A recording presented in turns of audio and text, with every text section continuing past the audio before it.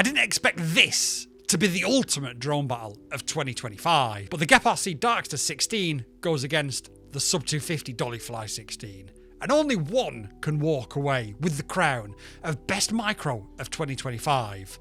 Drop a comment down below now and let me know who you think will win this epic battle. So, first of all, for this comparison, we're going to take a look at, well, looks. Which one do we think looks the best? And it's very, very subjective, of course it is.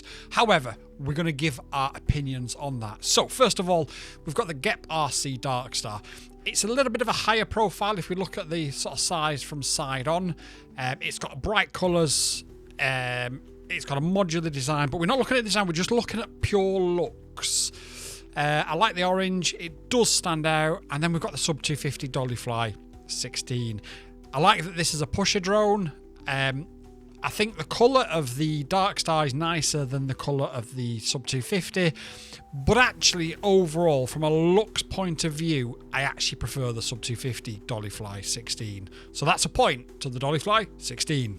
So our next job is to weigh them, and I'm just going to take the battery out for this one. And the GEPRC Darkstar is 87 grams. It does have an LED strip on it, so we'll plus or minus a couple of grams just to make it fair, because this doesn't. And this comes in at 93 grams. So percentage-wise, that's actually quite a lot higher, isn't it? 93 grams at this size versus 87 grams is actually quite a lot. So that is definitely a point to the GEPRC Darkstar16.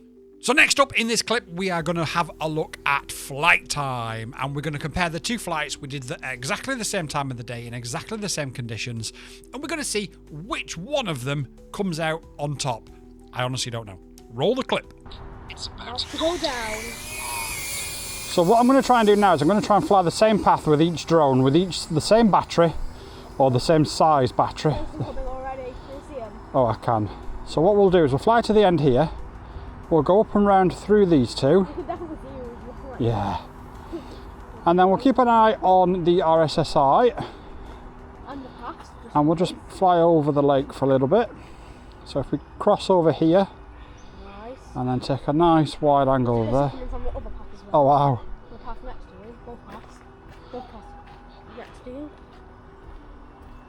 And I've got some birds flying with me as well. Careful. Oh, good. So we'll go down. Now they're both in one path. Yeah, I can see. Yep. So I'll go down the sides of them. Birds following you. Oh, is it? And actually from a bit of a high. And then we'll go up. 3 birds are following you. Up over these trees here. Really good. Lots of birds over there, look. We have to make sure no birds are near us. And I'll land as soon as it hits 3.6 volts. I'm going to take this battery out of the Darkstar. Yeah, no problems. Just squeeze through there. Sorry, am I in your way? Thank you. No worries. There we go. I took the battery out of the Darkstar because I was a bit paranoid in case it might have Roger. plugged in. Not the good now. Because I didn't want it just plugging on. No. Pocket.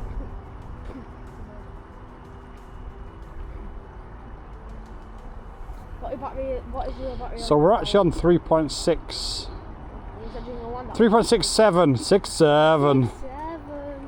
Right, 3.6261. So what we'll do, we'll go to the end of this path and we storage recording full. So actually 3.60 exactly.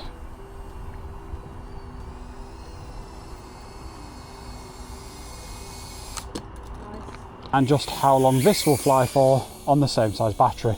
Now straight away, I thought I would feel more power with the Sub250. Put this in your pocket. Okay, I'll keep filming if you want while I'm flying. Okay. Straight away I thought I would feel more power with the Sub250 with it having bigger motors, but I think the higher KV of the motors, although it is only very slight, makes this feel a little bit better in the air when flying them back to back. One of the bigger issues with the Darkstar though is it does eat the battery. Yeah. Whereas the Sub250 is a little bit more gentle on battery life. And it's got less power. Well, the Sub250 got slightly bigger motors. It's just got slightly lower KV. So if you average it out, it's probably about the same. Oh my God, Flying with the birds. Oh my God, they're all chasing. Tell me if any are likely to hit me though. There's 4 of them right behind. They're all Are they following? Are they They're following? all following you.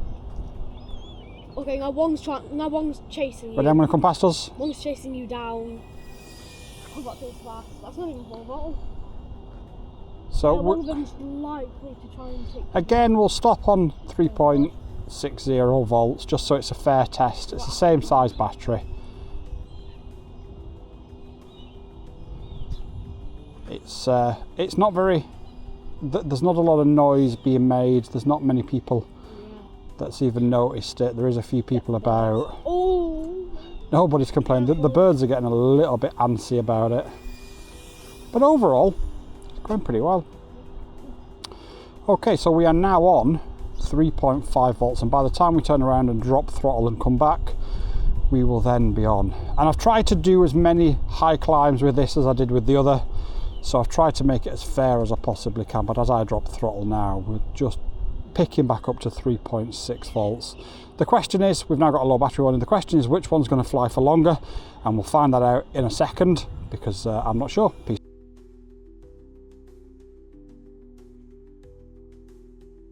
Okay, so that was the clip of the flight time, and I'm recording this in a little bit of a different way, so whichever one gets a tick at the top of the screen now has the better flight time. We tried to fly them both to about 3.6 volts each and be as fair as we could with the climbs that we did over the trees and things. But if you don't think it was a fair test, let me know in the comments down below, and I'll beat up Boy Wonder FPV.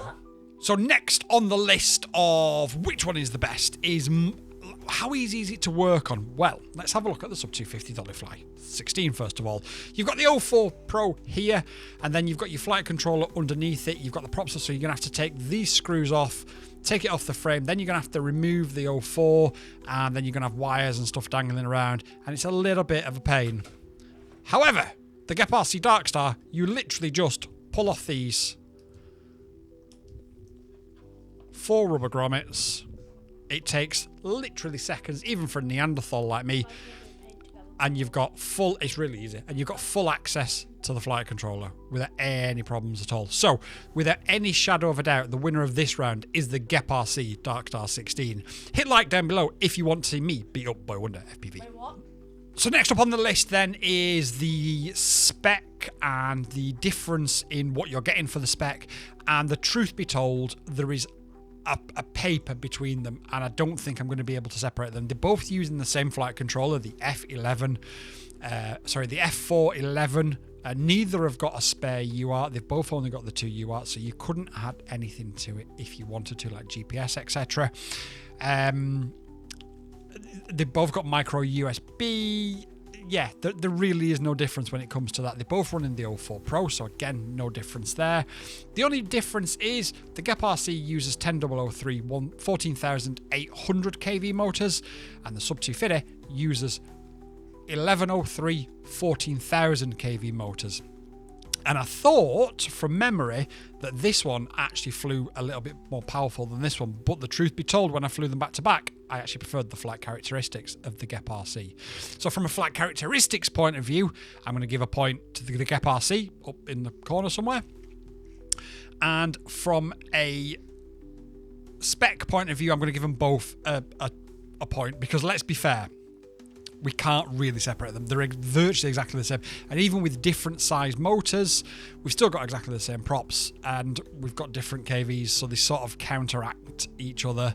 And yeah, it's the difficult one. It's a difficult one. Leave a comment now if you want to see me crash into Boy Wonder FPV the next time we fly in. Next up on the list, we're going to talk about the price and the cost of each one of these drones. The Sub250 comes in at exactly $379 United States dollars, including the O4 Pro and stuff. The GEPRC comes in at $399. So from a value perspective, we're going to give a point to the Sub250. It is $30 cheaper Is this $30 more performance? Honestly, these two are really, really close, and whichever one you get, you're going to be pretty impressed. However, we're going to give the point to the Sub250, so stick it up in the corner somewhere, somebody at some time. And yeah. So when it comes to flying these in tighter spaces, I would probably give a point to the Sub250. Even though the antennas are a little bit bigger, you can obviously switch them out. But I've flown this through a Ferris wheel, through a tiny gap in a bridge. I've flown this through a tree, don't get me wrong. They can both fit through the same spaces. But if I was going to pick one up to fly through a small gap, it'd be the Sub250 Dollyfly16. So we'll give that a point on this one. When it comes to flight footage, they're both dampened. This has dampening at the front, this has dampening all around the four corners, and the footage is exactly the same. There's no discernible difference in the footage whatsoever. We flew this in 50-mile-an-hour winds, we flew this along the coastline of England. Each will cope with most of the things that you throw at it, if I'm honest. So we'll give them both a point each for that. Durability, durability. I say Boy Wonder FPV crashed this at full throttle on the very first time we took off, and we've flown it in numerous locations since. It's not induced any jello, there's been no problems with it. I crashed it whilst filming this, as you probably saw in the opening, hopefully. So durability wise, no problems at all. I haven't crashed the GEPRC seriously. I did crash it into a tree, and it landed in like a bush, if you remember one of the videos I put out there. But overall, I'm going to give the durability to the Sub250 just purely based on the fact of I can't really see either being a massive problem. None have got a huge amount of weight. None have got a huge amount of inertia, and that is just the way that it goes. So yeah, point to the Sub250. So the king of the best micro of 2025 is the Sub250 Dollyfly16. Is that a surprise for you? It's not really a surprise for me. It was a very narrow and close test in the end, but it pipped the GEPRC Darkstar. Both of these drones are amazing drones, and you're not going to be disappointed with either of them. But do you agree with how we've scored it? Let us know in the comments down below, and I'm sure me or Boy Wonder FPV will be there to answer you. Peace out and have a great day. YouTube and I have had a chat, and we believe that this is the video that you'll like the most, so watch it and let me know if they're right.